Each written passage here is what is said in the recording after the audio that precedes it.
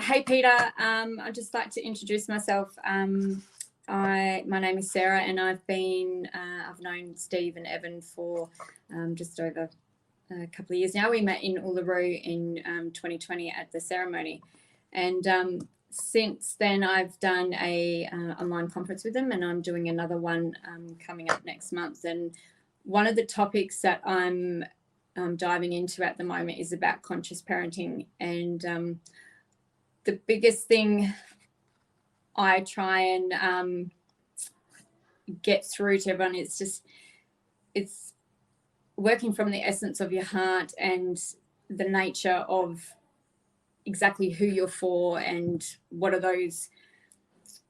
you're about and your values and your morals and your expectations in life. And I was asked Steve and Evan if they knew of anyone that I could connect with and look at combining and talking about some of the old ways versus the new ways of teachings and stuff, and if there was any way that we could work together and share what we know and see if there's something we can do, and perhaps if you could share with us some of the stuff you're doing in the education department at the moment as well, because I've heard nothing but positive feedback about what you're doing. So, okay, thanks, love. Yep, I guess I should say my name's Peter Mu-raay Djeripi, Maringa Mulcahy, and I'm a Mu-raay man, so from a country that I'm on. I currently live at Noosa, and I work around multiple places around Australia, predominantly in Queensland, a little bit New South Wales. Yeah, I think from speaking to Steve and Ev, we were just talking in respects to, I suppose, the education system, its failings, and what I picked, if I said it short, would be that the lack of planned depth, direction, meaning, and these are the things that cause our kids to harm themselves or feel as though there's no purpose in life, or that regurgitation is the only thing that's showed value. And the kids that do it score, and those kids that had beautiful little light spirits and would have been so much more, they're so damaged by this. So it really takes out the ones, I guess, maybe people want to take out. And so there's so many beautiful souls. But if you start opening up about spirit and story, and I'm not just talking spirit in general, but you explain what that means.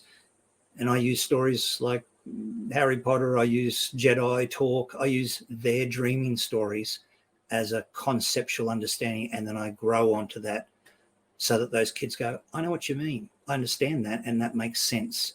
So I think if we add meaning to things, and I always talk to kids about them. So rather than talking about culture, a black culture they don't understand, I ask them about their family. I ask them about their bloodlines. I ask them about what they find integrity and story and meaning. And when we start talking about them, everybody should know about themselves. And the more we can add to that and ask those kids to learn more about that, look, suddenly life's a bit more interesting, and we all start sharing. And the bigger their identity becomes, the less problems they'll have in the future. So it's a very short answer to the 12 topics at schools that I speak about, but it's a little skeleton. I think it's really, I love what you said, because you touched on it's not about culture and it's not about this way or that way, because what you've just explained is pretty much, it's the same for everyone. Yep. And that's so important for us all to remember to move forward. And it's about just coming together, and I guess this is the rainbow prophecy everyone was talking about, and it's just coming together now and working, and it's for the children, it's for the future, because this is a generation that comes forward, and it doesn't matter what tree you're in, because we're all here together. So that was beautiful. So I actually say to the kids, just quickly, that I'm not here to teach you how to be Aboriginal. I'm teaching you how to be bigger Australians. Yeah. To go from 200 years of knowing what it is to be Australian to helping them become humble enough to be offered 200,000 years of knowing. And that just changes a human being, because now you have responsibility and you have to carry the integrity of 200,000 years, and you just step up and be a different human being when that really sinks in. Yeah. We got to start that here. That's why Australia has to do it. Yeah, yeah, you've just said it all. So that's great. Yeah, and if you're able just to share a little bit of information about the painting and stuff behind that, the gift that you gave to Steve and Evan, I believe that's what the painting was about. A lot of that story behind it and that meaning. So yeah. So and then do we cut that there then? And then because you've already done that. Okay. Yep. No. Yeah, let me throw it. Give me 30 seconds again for that part. Sorry. Yeah. No, that's all right. I was going to say no. So I'll just go. Yeah. So what you just said, and then I'll go cut, and I'll go. Okay. So my gallery is called Guyungan Gallery, and in my Gamilaroi language, it means belonging to. So I picked that because it's my favorite word in language, because everybody wants to belong to something. And the lack of identity that we have in the world feels as though we're disconnected. So that painting that I gave to Steve and Evan was about that which binds us, and that all cultures at some point in our history have all understood that while every one of those little images, thousands of little characters, none of them actually touch. And that which binds us is the spirit, the integrity, and the essence of what we all, as all nations, all races once had. We showed respect for women. Women showed respect for men.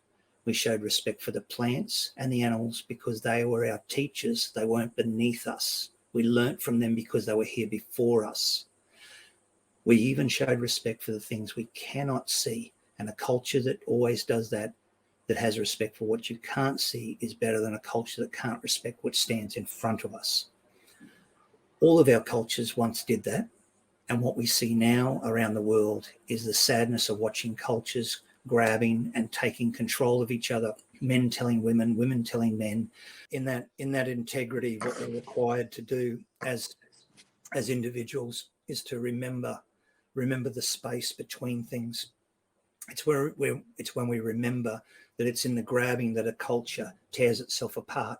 It's in remembering the space between us, the integrity, the honor, and the respect that we showed for each other once upon a time, that our culture will be bound. We'll be bound by those things, and it's got nothing to do with us touching physically.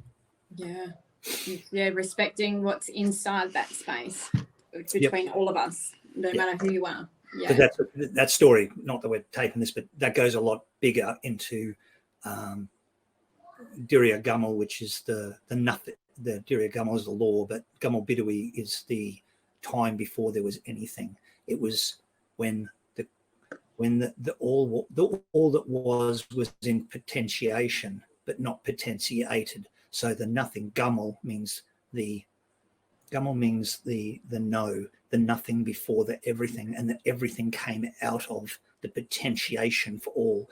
And so when it's the nothing before the Big Bang, but that's when spirit became the essence became thought. So thought then became the vibration of everything else, and light and sound came from that. So we're all just solidified light in three different forms: thoughts, essence, thought, or physicality.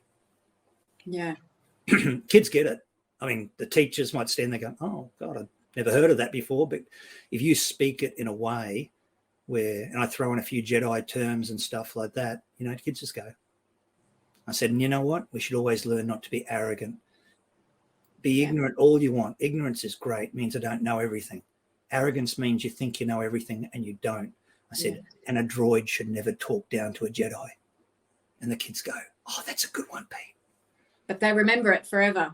They do. That's easy, because when you're talking about ancient people, okay, they don't fire lasers, but they've got this in-depth knowing of how to move things and touch things and talk to things like the Jedi.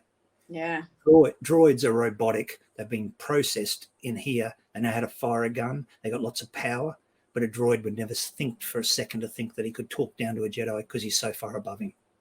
Yeah. So we talk about spirit being way up here, and where we are is here. We all used to be here. We've got to find our way back. So I use that word, re-remembering. It's not just this lifetime. It's other lifetimes we have to remember back to. Because it lives in us. Yeah. It's just waiting to be ignited again. Yeah, absolutely. So in regards to my general art process, the fact is that I work on re-remembering as much as was. So as an artist, what I do is I try to remember that, to connect with the old people that give me story, and I work on those stories. I turn them obviously into visual images. So I take essence, I add in the story, and then I turn it into a physical living thing. And how I do that is I talk about spirit and story and skin. So that's a process from essence to thought to physicality. And the three things that are really important with that process is the integrity and honor. So I always involve ceremony at the beginning and the end of that. And I was informed by my old people and my spirit people that that's what I'm required to do.